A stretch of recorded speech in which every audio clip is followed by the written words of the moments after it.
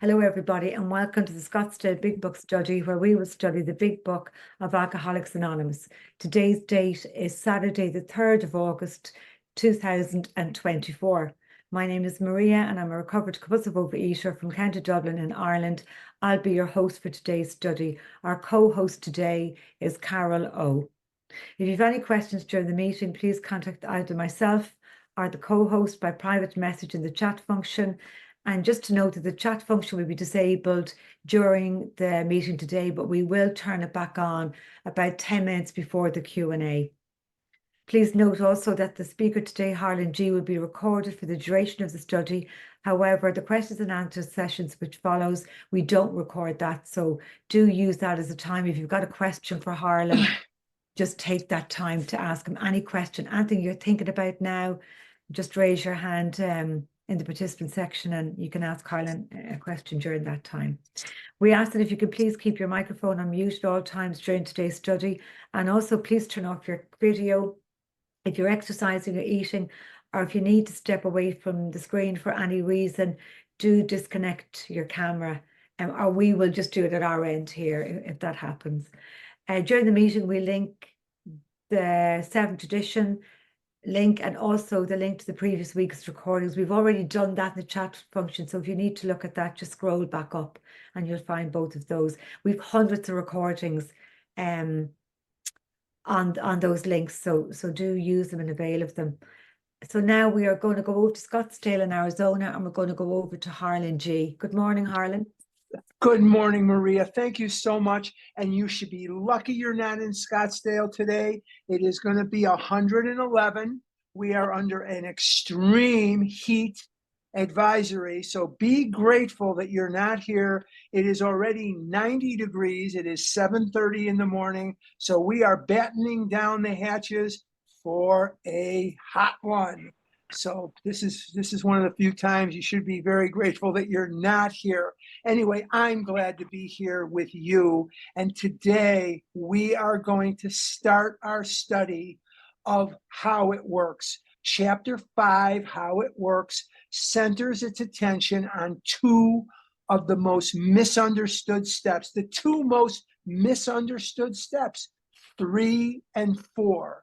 And what I'm going to attempt to do in the next few weeks is I am going to do the very best that I can to simplify these steps, to simplify these two steps so that I will help you and help God take the confusion out of these steps, as they are very, very overblown, overthought, overdone. They're very, very simple steps. The first chapter that was written for this book was There Is a Solution, which became chapter 2. And More About Alcoholism was the second chapter that was written. And then Dr. Silkworth, he volunteered to do his thing, and that became chapter 1. Then they moved it from 1 to the Roman numeral section. And the apparent reason, although we don't have official documentation of this, but the apparent reason that Dr. Silkworth's chapter was put in the Roman numerals is this book is supposed to be for alcoholics and by alcoholics. And Dr. Silkworth was not an alcoholic. He was absolutely not an alcoholic. So his chapter was moved to the Roman numeral section of the book. How It Works was written later on, and it was written at a time in life when Bill was very nocturnal. And that just simply means that he was up all night and slept during the day, kind of backwards. And he wasn't working, and so he became nocturnal. And he was laying in bed at about 2 o'clock in the morning, and he had his legal pad, and he started writing with a pencil. And he said that it seemed that he needed to codify the steps that were required of a person to recover. And it seemed as if the pencil had a mind and a life all of its own.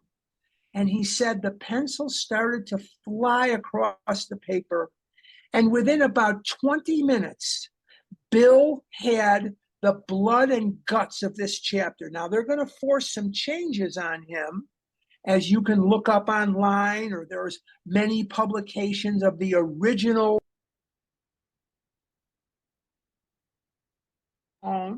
But the bottom line is that this chapter is one of the greatest pieces of spiritual literature inside one of the greatest pieces of spiritual literature that the world has ever seen.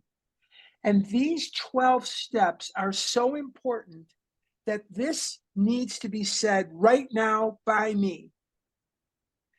It is said that the 3 events of the 20th century that people will remember 1,000 years from now are going to be Kitty Hawk, where flight started, the Wright brothers plane in Kitty Hawk, which catapulted us into the airplane spaceship age, culminating in 1969 or 68 with man's landing on the moon, the age of flight. The second thing that is very, very important that the centuries will note for us as the 20th century, we're all products of the 20th century, unless you're very, very young. We are all products of the 20th century. I was born in 54, is the atomic age, and that would include computers, the internet, things like that, the atomic age. And the third event that people will remember the 20th century for, 1,000, 10,000, 100,000 years from now, they will remember the 12 steps of Alcoholics Anonymous. These 12 steps that we're going to start studying are, I don't know that we'll get that far today, but the 12 steps that are laid out in this chapter have restored more alcoholics, more compulsive overeaters, more drug addicts, gamblers, sex addicts, love addicts, more addicted people back into society, back to their families, than all other methods combined. They are so effective that nothing that science, medicine, the greatest geniuses of the world, nothing that anyone has ever come up with can touch the level of recovery as described in these steps. Let's go to page 58, and we're going to begin our study of how it works. Page 58 of the big book of Alcoholics Anonymous. And for somebody who's texting me, those are the Flintstones.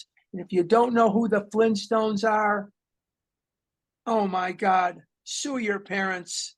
My God, those are the Flintstones, for the love of my God. Now that's going left to right, Betty Rubble, Barney Rubble, Wilma Flintstone, and Fred Flintstone. Come on, guys. All right. Now, I happen to love the Flintstones because I love the Honeymooners. And the Flintstones are basically just the Honeymooners coming to cartoon form. I'll give you one little trivia answer that will amaze your friends. The very first television couple, the very first man and wife in television history that ever slept in the same bed. Now remember, Ricky and Lucy had separate beds. Laura and Rob Petrie had separate beds. All the other couples in television had separate beds. But the very first primetime couple that ever slept in the same bed on network television were Fred and Wilma Flintstone. They were the first couple in television history to sleep in the same bed. Shame on you for not knowing who the Flintstones are. Shame on you. All right, let's go to page 58. How it works. So we're going to get down to how it works, aren't we? Rarely have we seen a person fail who has thoroughly followed our path. Now, there's an urban myth that I'm going to dispel for you. I'm going to blow it up. There's an urban myth that said, when interviewed or asked, Bill Wilson said if there was one word that he would change in the big book, it would be rarely to never. We have no documentation of such a conversation ever taking place. But Bill Wilson knew something in his infinite wisdom. He knew that alcoholics are immature, perfectionistic, sensitive rebels. Let me say that again. They are immature, perfectionistic, sensitive rebels. And if he would have said, never have we seen a person fail who has thoroughly followed our path, then some yo-yo out in God knows where would have said, oh yeah, no. He said rarely because he was guided by God to do so. I don't believe for a minute that Bill wrote the book. He wrote it down. He wrote it down in the same way Moses did. But the bottom line is, I believe, and this is just me, I don't have any documentation of this, God wrote this book. Why do I know that? Why do I think it? Because, again, what did I just tell you? This book and its contents have restored more addicts back to society than all other methods combined. So rarely is in there so that we don't have people trying to surge back against the never. Rarely is a better word. Have we seen a person fail who has thoroughly followed our path? Now, I'm going to tell you something. I have seen the brilliant and the simple. I have seen the black and the white. I have seen the rich and the poor.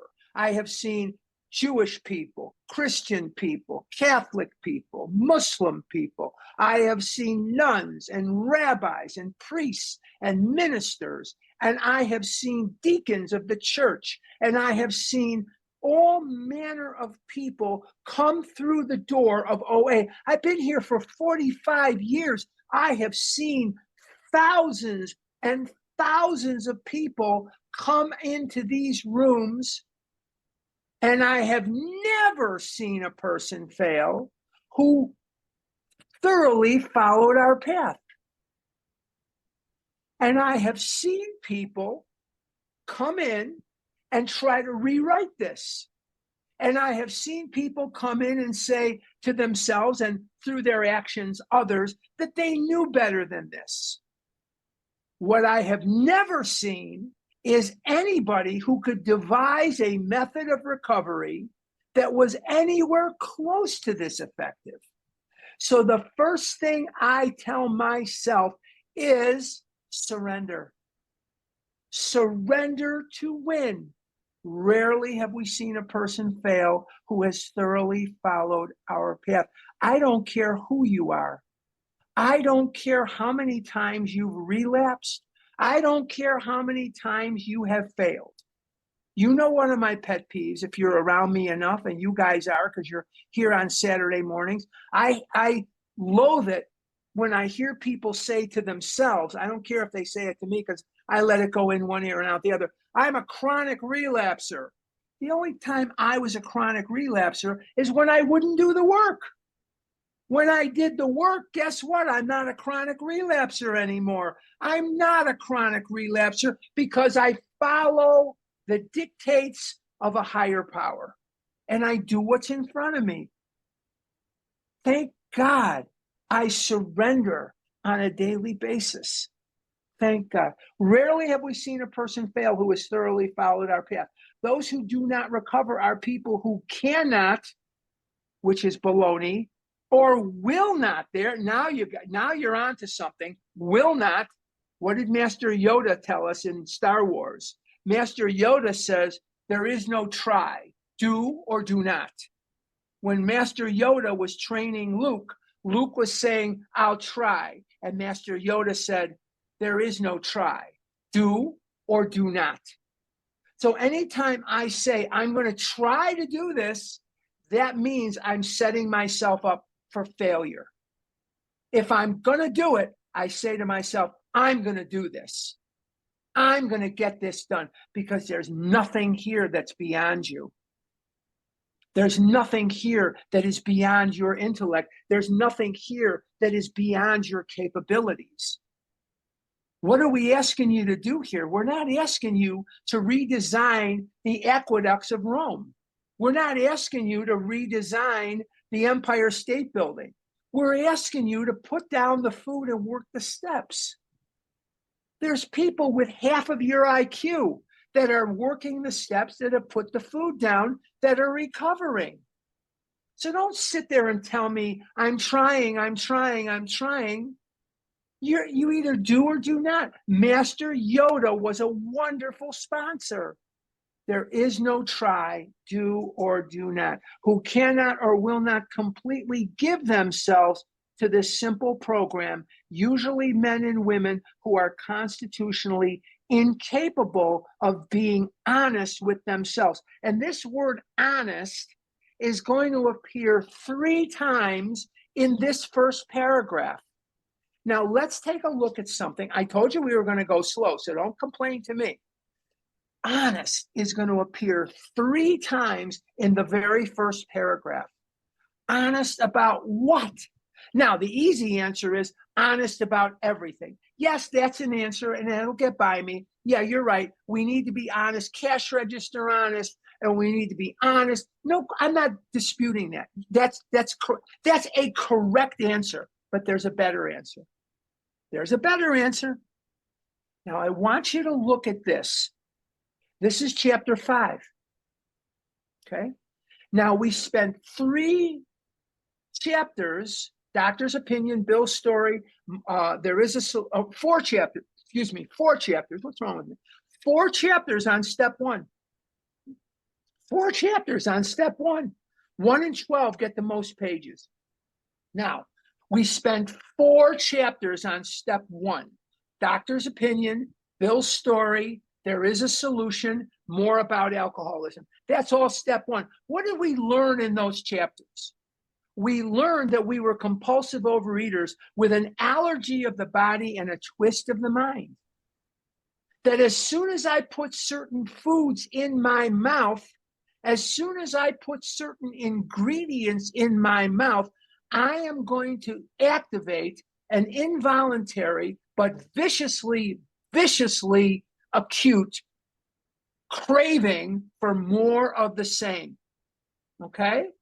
Now, I also learned that in my mind, my brain is searching for an effect.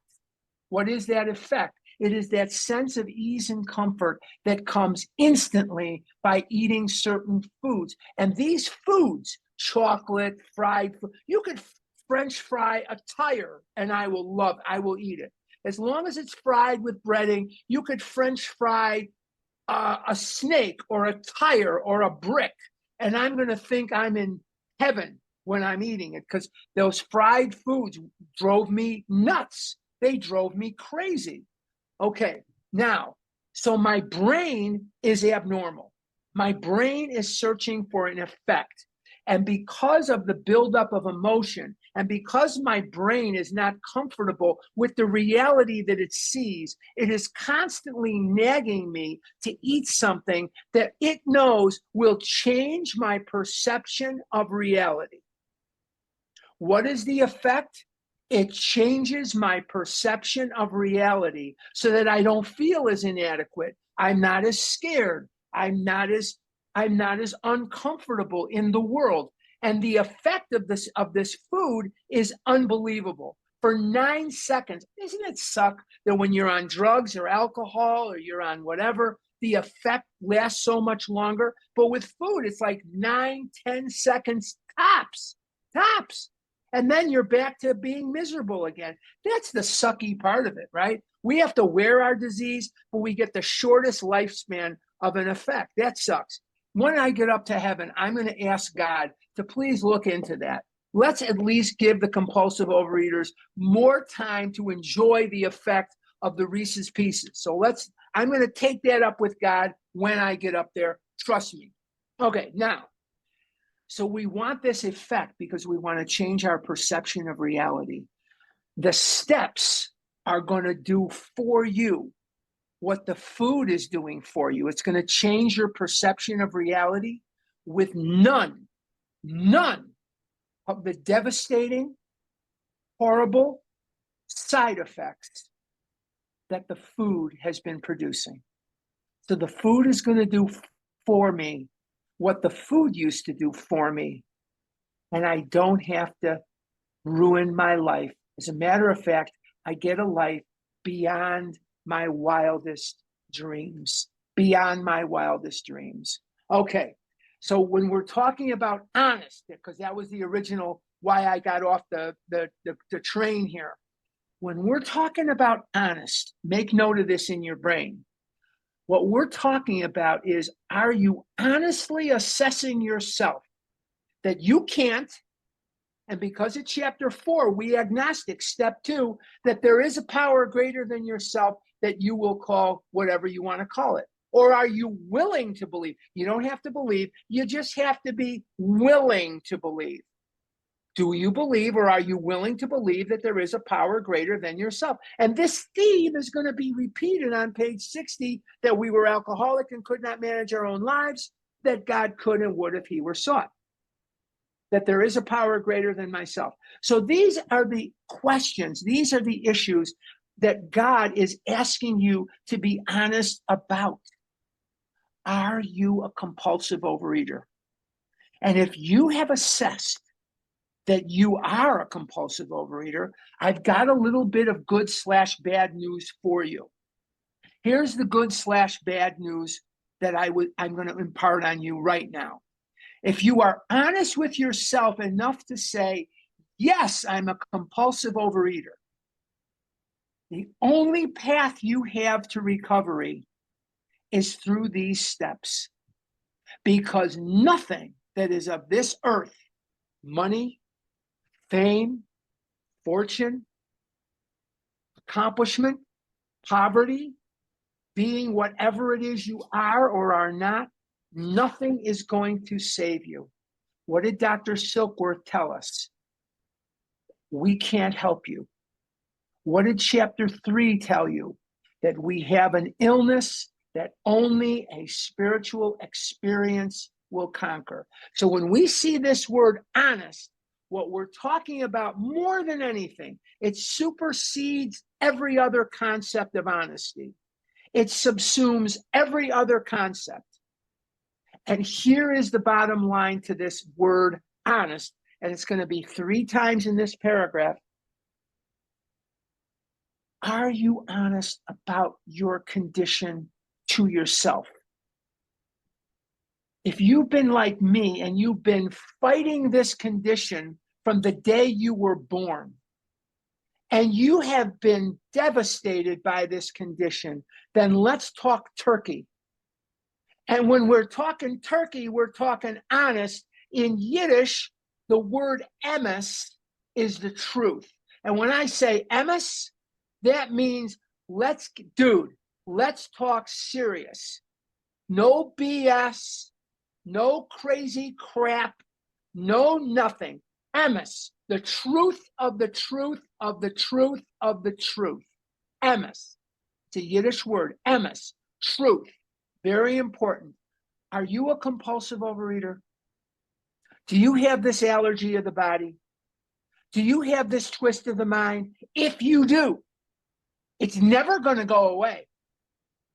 Even if you lose the weight, it's not going away. Losing weight does not mitigate this disease. Want me to say that again? Okay, I will. Losing weight does not relieve this disease. It doesn't mitigate this disease. Losing weight is a physical change. Okay, there's 2 types of changes. There's a chemical change and there's a physical change. If I take a piece of paper and I rip it into shreds, that's a physical change. If I take chemicals and I mix them together to make yet another chemical, that is a chemical change.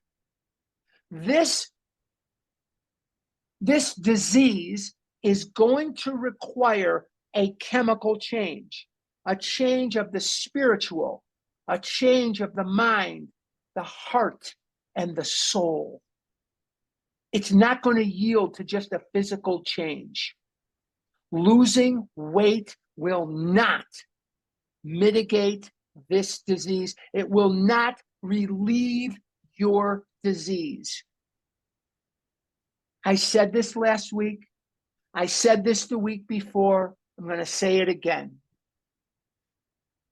Abstinence is not the most important thing in my life without exception. And I don't want to hear you say it either. The most important thing in my life without abstinence is vital. Please don't think I'm telling you not to be abstinent. I'm not saying that. Don't think I'm telling you that I don't think you need a food plan or that you don't need to be, to give up certain food. I'm not saying that. No, I have a food plan. No, I don't just eat what I want to eat. No. But the abstinence is the entrance ramp to the highway. The highway is my relationship with God and my development thereof, how I develop and expand that relationship. And how do I do that? Through work and self-sacrifice for others, by sponsoring, by doing this, by doing whatever it is I need to do to grow in my relationship with my higher power that I choose to call God. That's all. I hope I'm making sense. Sometimes I think I am. Sometimes I think I'm not. I hope I am.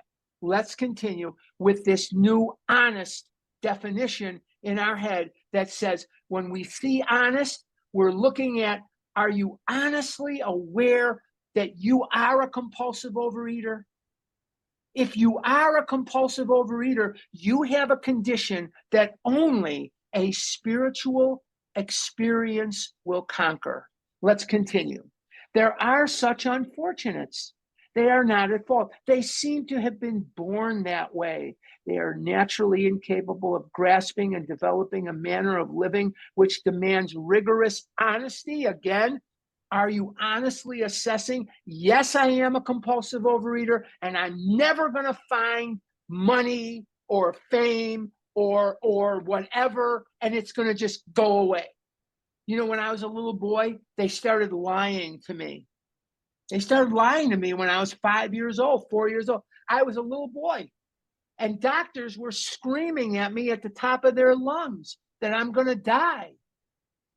And they said to me that I don't care about my mother because if I did, I wouldn't eat that way. And they told me, you don't care about your father. If you did, you wouldn't eat that way. And I loved my mom and I loved my dad, but I wanted to eat Milky Way bars more than I wanted just about anything else in life. And I was 5 years old. And they're screaming at me. And I used to cry. I was 5, I was 6, I was 7. I went on my first diet. I was 7 years old. I did everything I could to acquiesce to their demands of not eating so much. But here's the lie that they told me. You lose weight and everything will be okay. False. False. Untrue. Wrong. No. Losing weight means I've lost weight. It doesn't mean that everything is going to be okay. You remember when Dr. Silkworth gives us, these two examples at the end of his opinion about the guy that hid in the barn and all this? These guys just didn't get sober and everything became rosy. They had challenges. And in Bill's story on page 14, it says the certain trials and low spots ahead. Hey, life gets lifey. No matter who you are, no matter what you do, you are never going to rise above the level of a human being. And as a human being, I don't care if you are whatever, you are going to have challenges. Everybody has them. The rain falls on the just and the unjust. The rain falls on the poor and the wealthy. The rain falls on everybody equally. It doesn't discriminate. The rain falls on us all, and life falls on us all. Life falls on us all. And so these steps will allow me to overcome certain things, or all things, excuse me, all things, and I don't have to go to the food. I don't have to go to the food. Let's continue. Their chances are less than average. There are those too who suffer from grave emotional and mental disorders, but many of them do recover if they have the capacity to be honest. I have sat in meetings with people that were on medication. They were schizophrenic, they were bipolar, they had depression. Bill Wilson suffered from depression and anxiety his entire life. He was under Dr. Thibault, a noted psychiatrist. He was under Timothy Leary in Boston. Bill Wilson was in psychiatry for depression and anxiety his entire adult life, and he recovered. I have sat in meetings with people that unbelievable, but they stay to their meds, they go to their program, and they recover. I used to go to meetings with someone who committed murder. Unfortunately, she committed murder. She didn't recover, obviously, because she ended up killing herself. But I have sat in 45 years, I have sat in meetings, my God, thousands and thousands and thousands. Remember, the meetings I used to go to in Chicago were huge. We had 2 treatment centers. And we used to have meetings that were 150, 200 people regularly. We had more people live than most of you can imagine, because they had the treatment centers. And if you have the capacity to be honest with yourself, then you have the capacity to recover. I don't care what else you have. Now, don't ask me in the questions and answers about mental illness, because I'm not going to take the question, because it's an outside issue. I'm only presenting it here to tell you that unless you are precluded from an honest assessment of your situation, you can recover, and you will recover if you work these steps. Okay? You will recover if you do the work. Our stories disclose in a general way what we used to be like, what happened, and what we are like now. This is the influence of William James, The Varieties of Religious Experience. And Ebby Thatcher, when he comes to see Bill, as described on page, I believe, 13, when Bill is working the steps, he has underneath his arm, he has a book that most of the Oxford groupers were reading, and he had it right here like this, and it was called The Varieties of Religious Experience by William James. Dreadful reading, dreadful. I wouldn't wish it on a convict. It is very hard to read that book, unless you are an owl and can naturally stay up all night. It is very hard to stay up when you read that book. And the book is one of the books that was very influential on the big book of AA. Our stories disclose in a general way what we used to be like, what happened, and what we're like now. That's what that book is about. It gives you lots of case studies, people, what were they like, what happened to them, and what are they like now. In other words, it's how they found God. And you see that in the back of our big book. That's why you have the stories in the back of the big book. That's why when you go to a speaker meeting, what are you told to speak on? What were you like? What happened? And what are you like now? That's what we want to hear from you. We don't want to hear about your little league experience, or your experience, as a ballerina or whatever you are or we're not. We want to hear, what were you like? What happened? What are you like now? And that's because of William James and The Varieties of Religious Experience. If you have decided you want what we have, what is it we have? and are willing to go to any length to get it, then you're ready to take certain steps. Let's take a look at what we have. When I was very new in program, I was 30 years younger than anybody in that room. I was 24 years old. And I was 400 pounds fatter than anybody in that room. So quite naturally, they called me Harlan, but one of them in particular called me Kid. And he happened to be one of my first mentors in this program. And he used to call me Kid. And he used to say, Kid, what do you think we have here? What are you doing here? He'd say, Kid, what did you do? What are you doing here?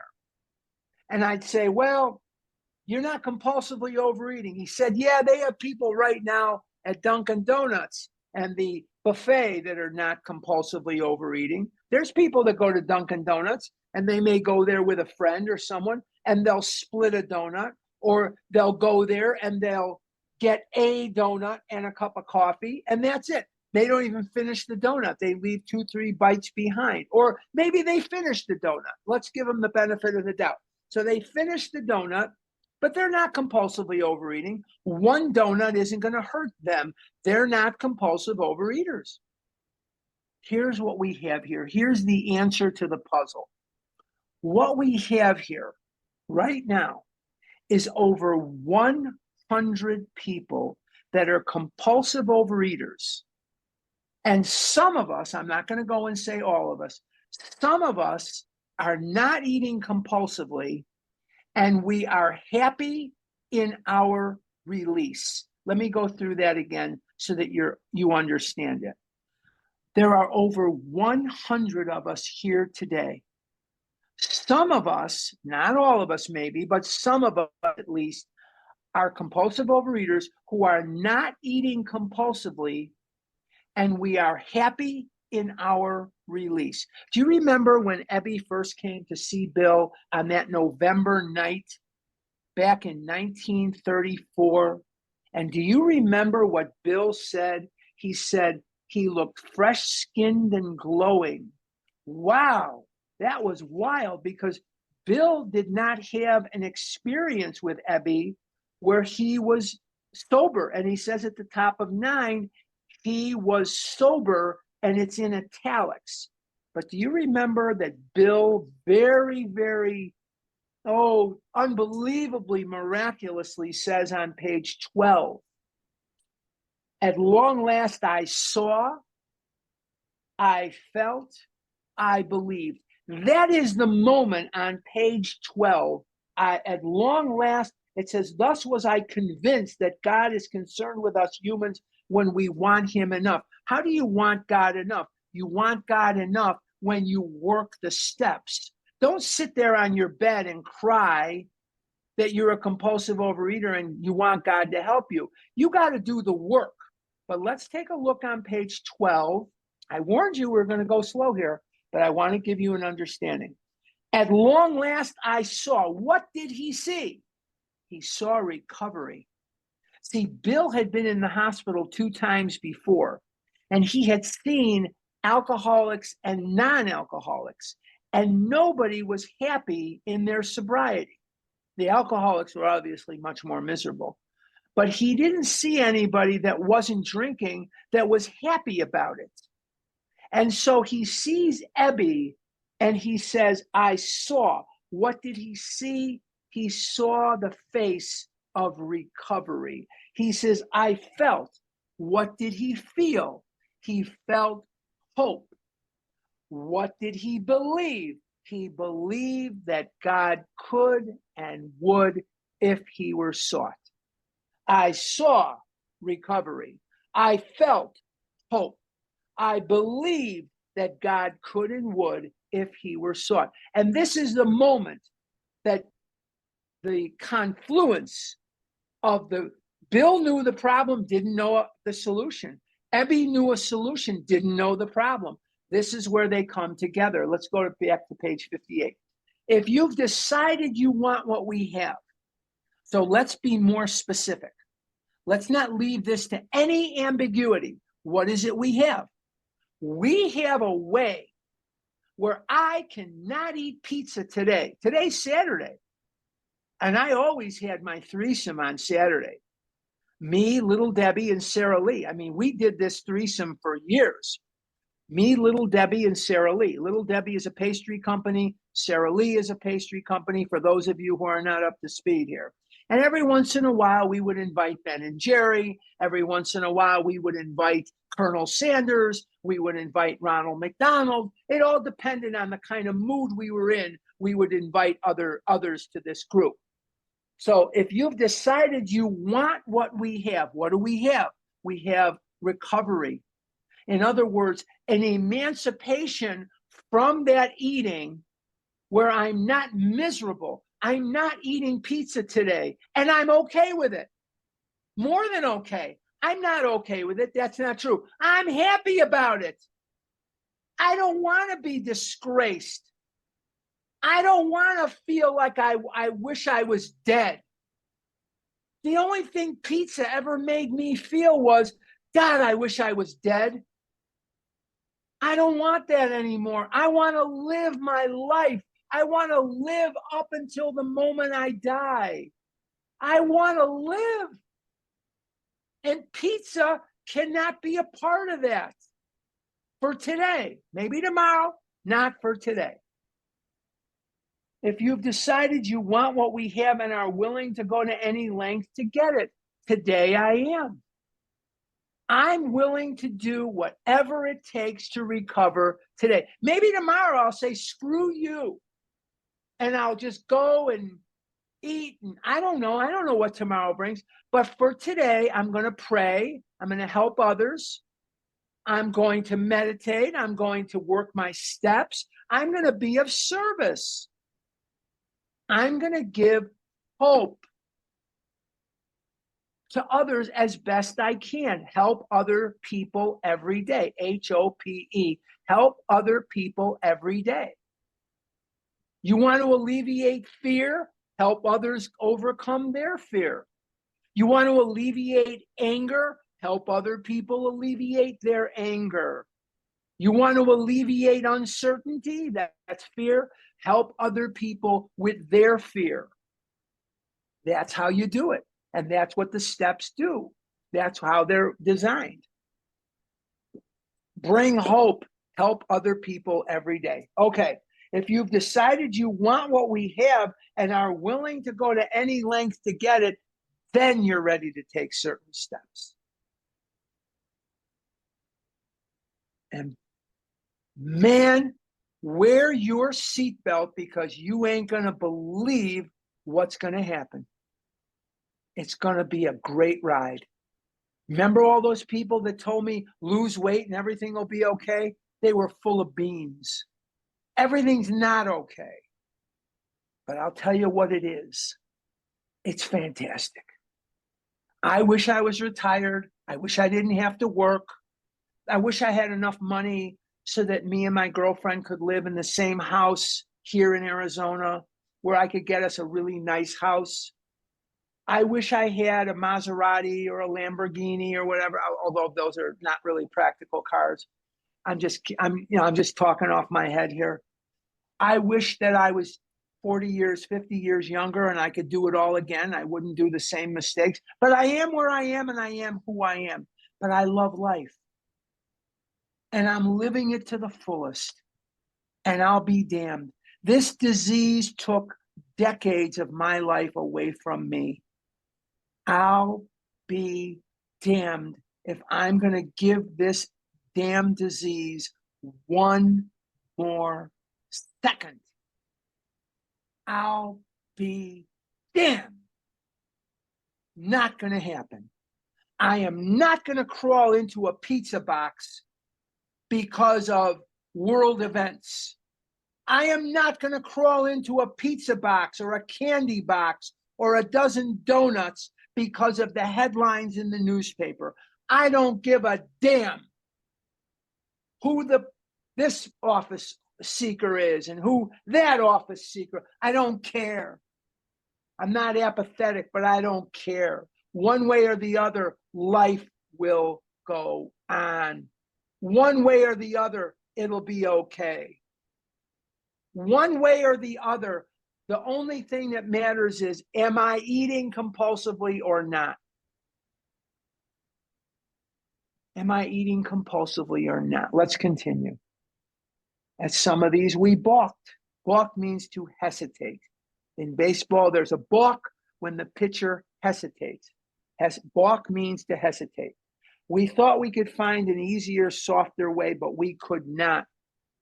Somebody comes up with an easier, softer way, let me know. This is the easier, softer way as far as I am concerned. As far as I'm concerned, working the steps is the easier, softer way. And it's a joy. I love every one of you. It's not a chore for me to come to meetings. You're not asking me to clean toilets at O'Hare Airport in Chicago. You're not asking me to dig ditches. You're asking me to work steps and go to meetings and help others and be helped by still others. You're not asking me to do anything that's all that hard. You're asking me to do something that is easy to do. I had to get the food and eat the food and hide the wrappers and hide the boxes and the bags. And I had to worry about who was going to see me, who was going to catch me, who was going to this, who was going to. I don't have to worry about that today. I don't want to live that way today. That's not a way for me to live. I don't want to live that way. Everything I do today is above board. Everywhere I go today is above board. I don't need to lie and hide and hide, and I don't need to do that. I don't want to hide. I don't want to lie. Here is who I am. It's a beautiful way of life. But we could not, with all the earnestness. What's earnestness mean? It means honesty, truth. So he's finding yet another way to say the same thing. Earnestness means truth. In other words, are you being honest about your condition? And when the big book wants to teach us something, it usually teaches it to us through repetition. Repetition is the purest form of instruction. We beg of you to be fearless and thorough from the very start. What word is missing from that fearless and thorough? The word perfect. You don't have to be perfect. The only step you got to work perfectly is step 1. You're not going to do the perfect 4th step. God's not going to put your 4th step up on his refrigerator. Nor am I. It says fearless and thorough from the very start. It does not say perfect. It also does not say overthought, over-detailed, overrun. It doesn't say that. It says fearless and thorough. It does not say perfect from the very start. Some of us have tried to hold on to our old ideas, and the result was nil until we let go. Absolutely. What does nil mean? It means nothing. The result was 0 until we let go. Absolutely. I liken recovery to a vending machine. And in a vending machine, which I did a lot of binging from because I didn't have to face people, I could just go to the vending machine and just buy anything I wanted and go crazy. There was no people to face. There was nothing. I liken recovery to a vending machine. And if the product that I want costs $2 and I put in $1.99, what am I going to get out of that machine? Nothing. I'll be lucky if I get back my $1.99. Lucky if I get back my $1.99. Lucky. This is the same thing. I'm either in or I'm out. Don't pussyfoot around. Jump in. Do the steps. Do the work. Don't hesitate. This is your life we're talking about. You know, recently I had a bout with sciatica. which is just a fancy name for a stiff, painful back, right at the top of my butt, the bottom of my back. The pain was so flippin' intense. I said some words that you would hear on a golf course, maybe, but my mother would be very, very disappointed in me for using such language.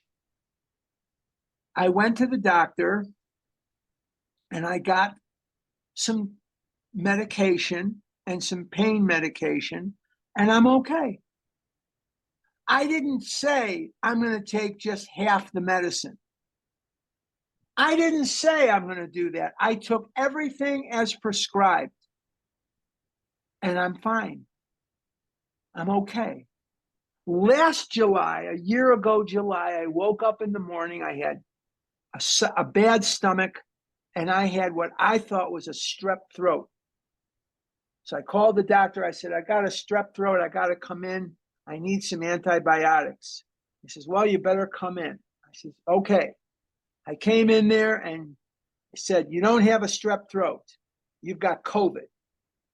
So I took my medicine. I got the medicine for COVID and I took it home. And it said, take 2 of these or 3 of these or 4 of these the first day, and then 3 of them the second day, and 2 of them the third day, and 1 of them the fourth day, whatever it was. It's a descending kind of thing. They call it a something pack, a Z pack of medication. And I didn't make the pills, I didn't cut them in half and say it says take a full pill and I'm going to cut it. I didn't do that. And how many of us are doing that with our recovery?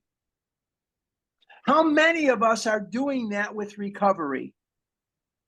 We're only doing some of this or some of that.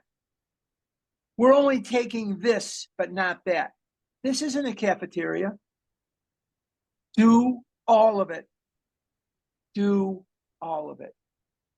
And the result was nil until we let go, absolutely. Let go of what? Of fear, stubbornness, obstinacy, perfectionism. Let it go. This is your life we're talking about. Why in God's name would you want anything but the extra maximum strength recovery? Haven't you suffered enough? If you're here at my big book study or God's big book study that I'm speaking at, if you're here, I assume you have suffered from this disease. I assume this disease has kicked your ass. Why would you do that to yourself? Why? Okay. Remember that we deal with alcohol, cunning, baffling, powerful. Remember that we deal with alcohol, cunning, baffling, powerful. You know what the most important word in that sentence is? Remember. Remember. Without help, it is too much for us. Step 2. But there is one who has all power. That one is God. May you find him now. Let's take a look at that. Without help, it is too much for us. And how many times have I gone home from a meeting and ate on the way home, or made a decision that you guys were stupid losers and that I could do this on my own by myself? How many of us have come in here? How many of us have come in here and decided how we were going to change the program to fit our needs? Stop changing the program to fit you and start changing you to fit it, and you'll see results beyond your wildest imagination. Without help, it is too much for us. My broken brain cannot fix my broken brain. My broken brain is the problem. The main problem of the alcoholic centers in his mind rather than in his body. Without help, it is too much for us. But there is one who has all power. That one is God. May you find him now. Do you want to find God? Look for him in the face of one of his children. You will always find God in the face of one of his children.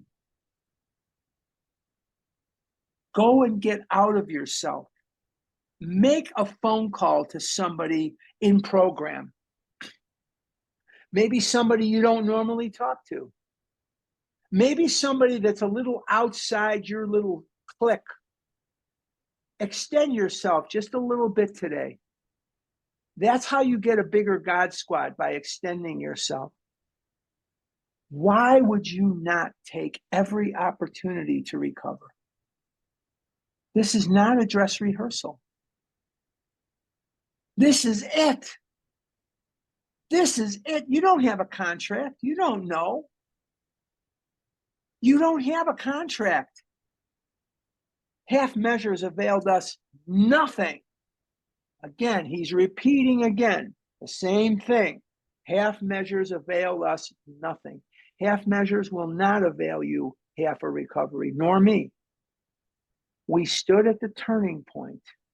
We asked his protection and care with complete abandon. We asked his protection and care with complete abandon. Abandon of what? Of self, of ego. You don't have to rewrite the steps. We don't need you for that. You don't have to find another way. You really don't. Follow what is here. We asked his protection and care with complete abandon. Abandon of what? Abandon of self, of ego. That's what we're abandoning. Self, ego, brain, we're cerebral, we're abandoning that.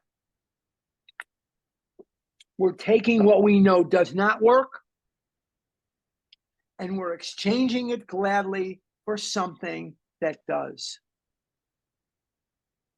In summary, today we read the first page and a quarter, a page and a tenth of how it works. And what we learn again and again and again is we have to be honest with ourselves about the nature of our condition. We don't necessarily care what other people think. We don't necessarily care whether they get it. I spent years of my life trying to get people to get it. There is one person that has to get it, and that's me. Nobody else has to get it. Nobody else has to get it but me. Nobody.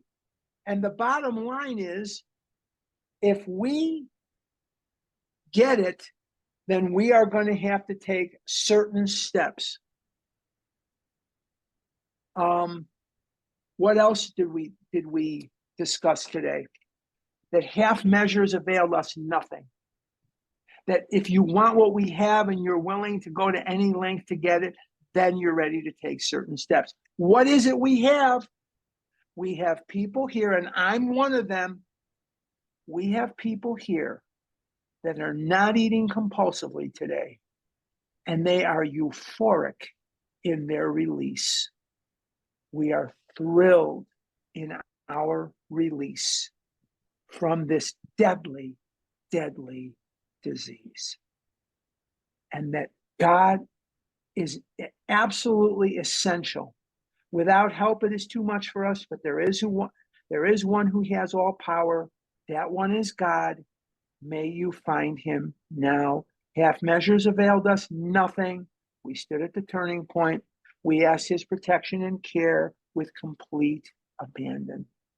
I know we're going slow. This chapter demands it. I want to make sure that we continue to study this chapter in a way that explains a lot of things that a lot of people struggle with all the time. So I'm going to turn this back over to Maria, but before I do, I want to thank each and every one of you for coming today.